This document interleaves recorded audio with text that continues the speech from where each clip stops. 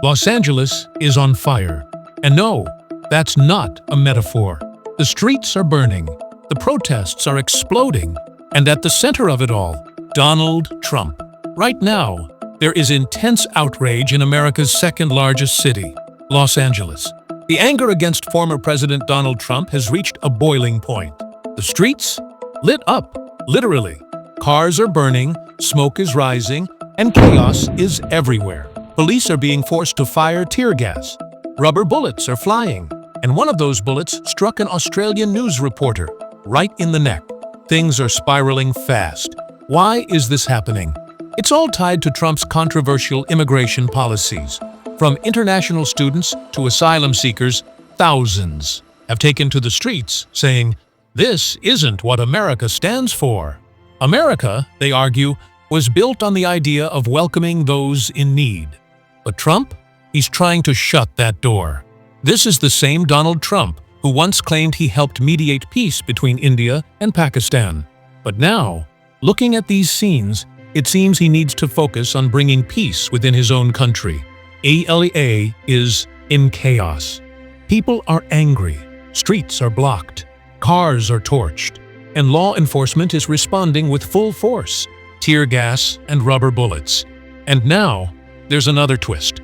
California's governor, Gavin Newsom, has just filed a lawsuit against Trump. Why? Because Trump deployed the National Guard to Los Angeles without the governor's permission. That's not just aggressive. That's a direct blow to the state's authority, a potential breach of America's federal structure. So, here we are. Los Angeles burning, protesters raging, and Trump right in the middle of the storm. So, here's what's happening.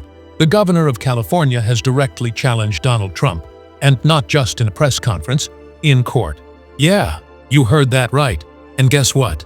It's starting to look like the court might actually rule against Trump. The situation? It's spiraling out of control. Right now, the one who needs a ceasefire more than anyone else is Donald Trump. And here's the big deal. With every passing day, more and more people are taking to the streets in protest against Trump, whether it's his controversial tariff policies. Remember those? The ones he slapped on countries all over the world? Well, the impact of those moves is starting to hit the U.S. economy hard. The result? People are out on the cold streets. Just a few days ago, there were massive protests. And now, his migrant policies are sparking even more outrage. Look around. The streets are filled with frustration. But you're probably wondering, what's the full story behind all of this? Because for an American viewer, it's important to understand, why are everyday people out on the streets protesting against Donald Trump? Why is there so much chaos? Why is there fire? Why the clashes? Why are rubber bullets being used? Why are tear gas canisters being fired? So, just like always, I'm going to break it down for you in the simplest way possible. Listen closely to every word I say. The protests that recently erupted in Los Angeles, they're mainly a reaction to President Donald Trump's tough immigration policies. Under these policies, ICE, that's Immigration and Customs Enforcement, carried out raids across several areas in LA, arresting people who didn't have legal documentation. That's what sparked the protests. You see, LA has a huge immigrant and minority population. A lot of these folks are working without papers, and now they're scared that they could be next. So what happened? Protesters took to the streets. In some areas, they physically blocked ICE agents. In others, things turned violent. Cars were set on fire. Rocks were thrown. In response, President Trump deployed the California National Guard to Los Angeles to get the situation under control. But instead of calming things down, that move only made the protests more intense. People feel like their rights are under attack. Many protesters were arrested. Some people, including police officers, were injured. But you're probably wondering, what's the current situation on the ground right now? What kind of clashes are we talking about? What kind of force is the police using? What kind of weapons are being deployed? Well, once you find out, it just might blow your mind. Now, pay close attention to what's happening on the ground. To disperse the crowds, officers used flashbangs. Those are grenades that give off a blinding flash and loud bang, along with tear gas.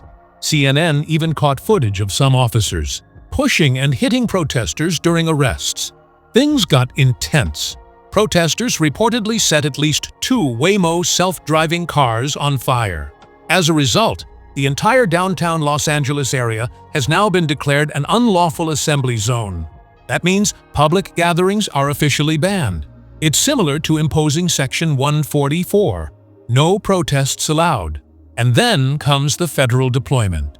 Yep, friends, this deployment ordered by Donald Trump has triggered serious political blowback. California's governor, Gavin Newsom, is now challenging Trump's move in court. Think about that.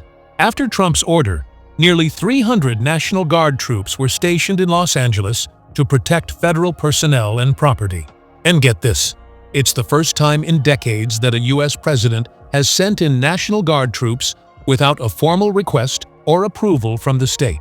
On top of that, 500 Marine troops have also been deployed. And now, it's turning into a political showdown. Donald Trump versus California. Governor Gavin Newsom. Newsom is calling it a direct attack on the nation's federal structure. According to him, Trump doesn't have the authority to do this. And here's what he had to say in his own words. Governor Gavin Newsom said he plans to file a lawsuit against the Trump administration over the National Guard deployment. He's calling it a provocative move. Both Newsom and LA's mayor, Karen Bass, have appealed to the federal government, demanding the troops be withdrawn immediately. But I know what you're still wondering. Why are these protests happening in the first place? As I explained earlier, the outrage is centered around Trump's harsh immigration policies. The public is furious, and the images, the posters, the videos coming in from the streets, they all tell the same story. In fact, I'm about to show you some of those powerful visuals, one by one, so you can see exactly what's fueling this fire. First, take a good look at this image. Just focus on it across the whole screen. You'll see a man holding up 2 banners. One of them reads, "I stand for all migrants, hard workers, and students who can't stand out of fear." Now, let that sink in. This man is saying, loud and clear, that he's standing up for all those people who've come to America from other countries. People who work hard. Students who came here chasing a better future. But they're too afraid to speak up. And you really need to understand what this banner means. Recently, several Indian students were sent back to India from the US, just like that. Others from different backgrounds have been deported too. Why? Because of things they posted on social media. Posts that apparently didn't sit well with the Trump administration. Yes, friends, the United States is often called the world's greatest democracy. But somewhere along the line, Trump's policies are exposing the cracks in that very system. It's raising a hard truth. Is freedom of expression really free anymore? Because if you can't speak your mind without fear of punishment, is that still democracy? He was warned by one of his own colleagues, an American citizen. And what did that colleague say? If you've posted anything against Donald Trump on social media, delete it immediately, or you could be sent back to India. Yeah, that's what an everyday American said. And friends, it speaks volumes about how democracy in the US seems to be slipping, one day at a time. Now don't forget about Harvard University. Harvard, a symbol of pride, power, and prestige in America. Even that iconic institution has been caught in Trump's crosshairs. He cut off millions of dollars in funding that Harvard was receiving. Not only did he freeze the funds, he also made it clear international students are no longer welcome at Harvard. What does that tell us?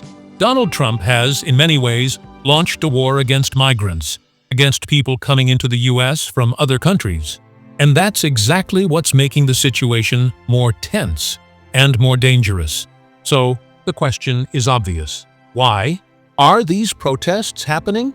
For the past 3 days, there have been clashes between immigration officers and protesters. Dozens of people have been detained by federal agents. And according to intelligence reports, there are several reasons behind the unrest. Aggressive immigration raids, the deployment of National Guard troops, and the involvement of individuals who appear to be professional agitators, people who may be deliberately escalating the violence. When I tell you that democracy in America is slipping with every passing day, I mean it, and I want you to pay attention to every word I say.